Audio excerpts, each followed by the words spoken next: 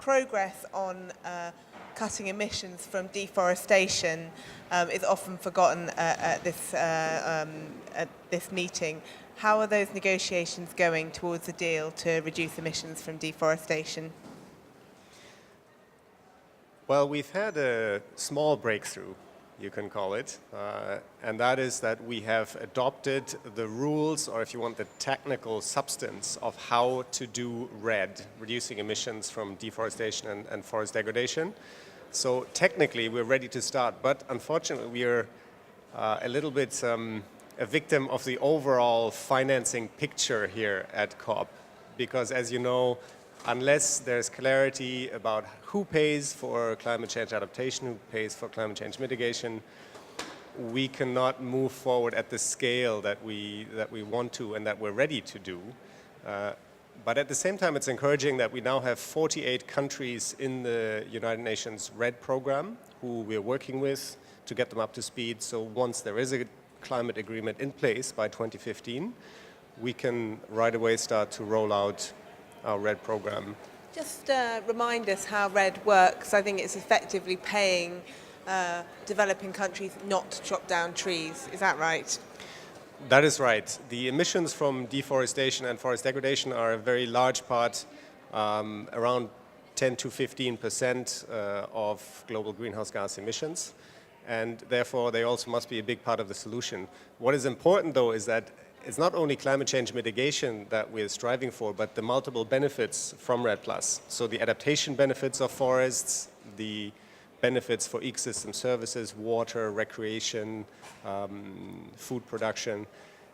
So we're really, there's a very high dividend that countries can gain from investing into forests. It's not only about carbon, but of course at the moment, most of the attention is on the carbon benefits of forests, and that's why we're investing. It is the basic idea that countries get paid for performance when they reduce their emission rates. However, in the readiness to RED+, we're already seeing that there are many multiple benefits for countries from improved environmental governance, from improved land tenure rights, from better clarity of how local and indigenous communities are involved in decision making.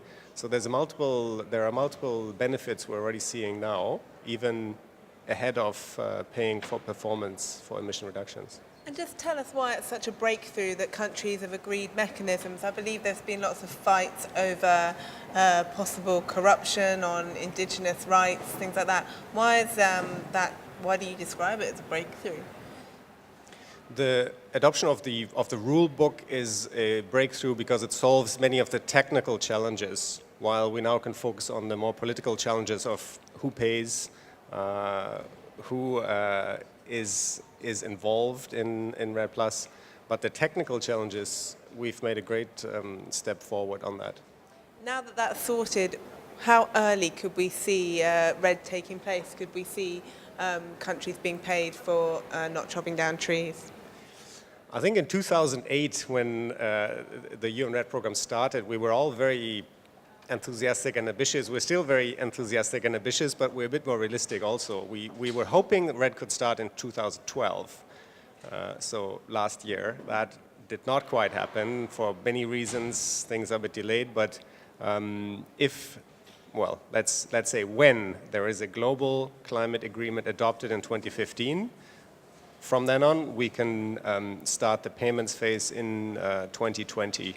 That's our estimate. And what difference will RED make to climate change?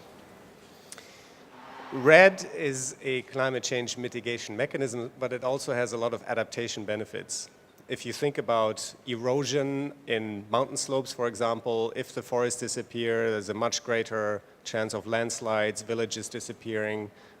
If you think about the services for agriculture, pollination of agricultural crops, it is important that we have biodiversity in forests to provide these ecosystem services. If you think about drinking water, clean water from forests, it is very important that we have our forest cover remaining. So it is a combined mitigation adaptation benefit that we can reap from the investments into RED, even though we're focusing on climate change mitigation. So it is an important mitigation benefit. Hopefully it will be a good 10% of the solution to the overall problem of climate change. But it is also a very important adaptation investment into forests.